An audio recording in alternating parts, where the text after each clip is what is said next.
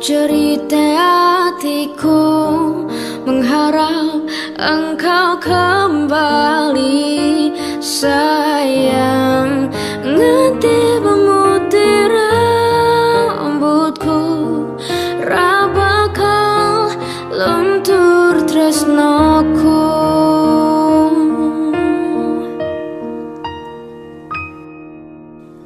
Wes tak coba ngalekne jenengmu sangko hatiku, satenane ra ngapusi isi tresno sliramu. Duko pujane ati nanging kowe ora ngerti.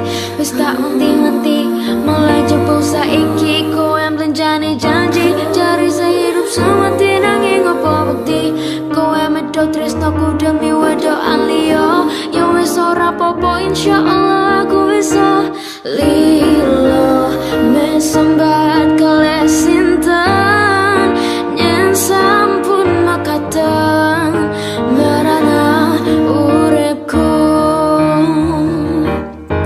Aku balasno kang mas, aku masakno aku nangis nganti metu getih putih. Sayang, opo kowe krungu cerita hatiku mengharap engkau kembali. Sayang, ngerti memutih rambutku, ra bakal luntur tresnoku. Hari demi hari wes tak lewati, yen pancen dalane kudu kuat ati. Ibaratnya sego wes tadi bubur, nanging tresno iki ora bakal luntur. Satanane aku iki pancen tresno awakmu, ora ono liyane sing iso dadi penggantimu. Wes kanggo awakmu sing cocok ning atiku, nganti rambutku putih hatimu ora bakal krungu. Mesambat kalih sinten yen sampun makaten merana uripku.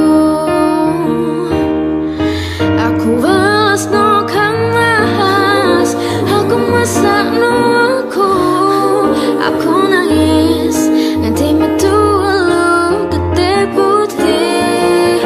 Sayang, opo kowe krungu cerita hatiku mengharap engkau kembali.